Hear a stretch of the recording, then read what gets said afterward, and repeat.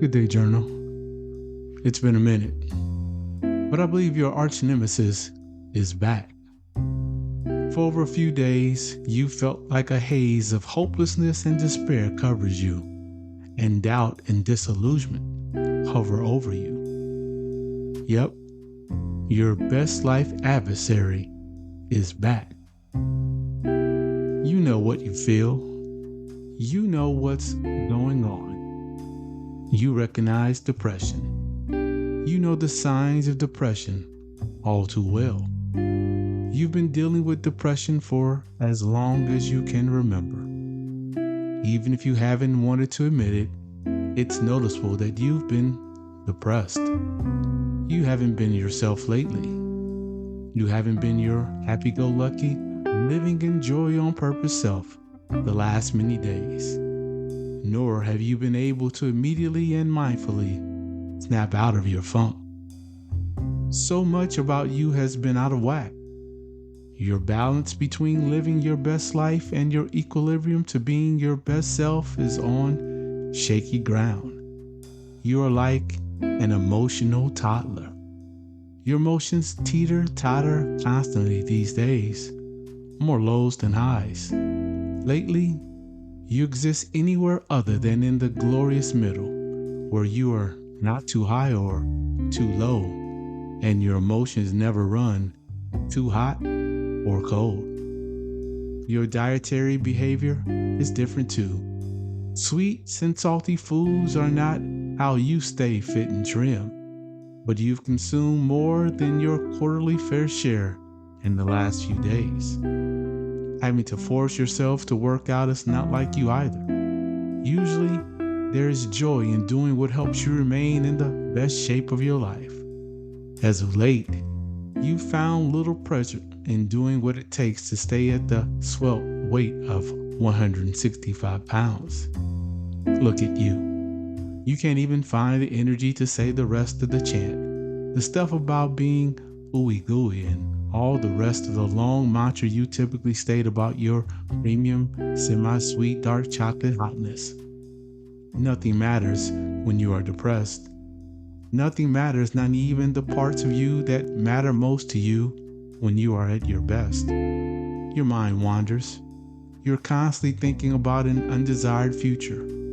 Repeatedly, you fret about what won't happen rather than living in your everyday world where everything is possible. Here you reside today, believing nothing good will happen to you. In your present state, nothing great is possible, and everything you hope and dream of doing and being is impossible. Depression is a mother, not a good mother like your mom, not a mother worthy of celebration like Mother's Day, but a mother for you. A profane MF is a mother that depression represents. But you must find a way out of the rut.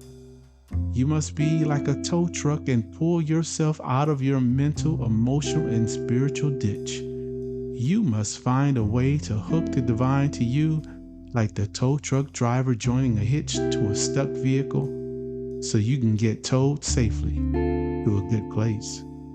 Like a car with a dead battery, you need a jump start in your spirit. You need the spirit to connect the positive cables to have more positivity and less negativity in your life. Without question, the negative cables are working just fine. The negative wires work too well, and you get too much negative power. You need a jump start and reconfiguring of your internal battery so that more positive energy flows to you than all the negative energy running wildly inside you. Still, you must make it happen whether we are talking about being told or charged. Nobody is coming to push or pull you to a different place. Nobody is going to give you a jump so that your disposition changes. Towing and charging are in your hands. You can and must learn to do towing and charging by yourself. Towing and charging are abilities that the Creator bestowed on us all. Sometimes you're lucky enough to have friends and family who notice your change and can tell when you are down and out, when you are troubled and need a helping hand. But most times, you do such an excellent job of hiding that no one notices when you need a tow or a charge. Most people don't notice because they must endure their trials and tribulations. Most people, especially those you love and adore, don't notice because you have positioned yourself in their lives as a problem solver and a resource for hope and direction. And so, that's what they see. They don't know when you are stuck and need a tow. They can't tell that drain is your battery of positivity and it only emits negative energy into your soul. They can't see you too get lost and confused and could use some help moving forward to make your most audacious hope and dream manifest now and again. Today, you must find a way to start the recovery process. You cannot go on like this for much longer.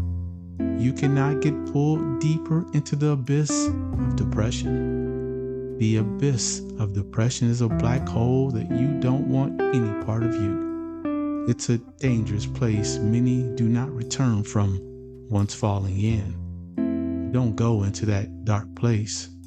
Don't let your mind or spirit enter that dark space where the light of hope does not shine. You are what you think in your heart and mind. If you feel you can be what you always imagine, you know it's possible.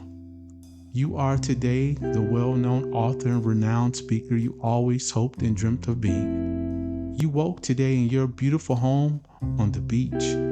You live in excellent health, maintain abundant wealth, and share timeless wisdom. You are so because you trusted the process of having a remarkable life when you felt lost, confused, hopeless, and downtrodden. You believed because there was nothing else to do but be helpful. To do anything other than have faith in the promises of the universe was a lifetime sentence, incarcerated with depression. You believe because believing in the life you always imagined is free. Believing is a gift of free will. Believing is like truth. It is what sets you free. Believing, conceiving, and then achieving are how you got your freedom. Believing is what sets you free from depression. Reflect and write. What does it look like when you are out of whack? Do you combat bouts of depression? Do you know? How does it manifest for you? Is it your disposition? Is it undisciplined eating? Do you fret about the past or worry about the future? If you answered yes to any of these questions, or perhaps Nate's journal resonated with you, consider what jumpstarts you and rehooks you to a positive charge. Could you possibly use someone beyond yourself to help work through these questions? Now act. Nate offers to each of us that today we must find a way to start the recovery process. We cannot go on like this for much longer. We cannot get pulled deeper into the abyss of depression. Consider the following words from today's journal. You believe because believing in the life you always imagined is free. Believing is a gift of free will. Believing is like truth. It is what sets you free. Believing, conceiving, and then achieving are how you got your freedom. Believing is what sets you free from depression. This is a good day to journal forward about your best life. Give yourself permission to test out believing that there is so much more beyond this moment. Share your journal with a trusted friend, advisor, or even a professional who can support you in your path to freedom. Now journey forward.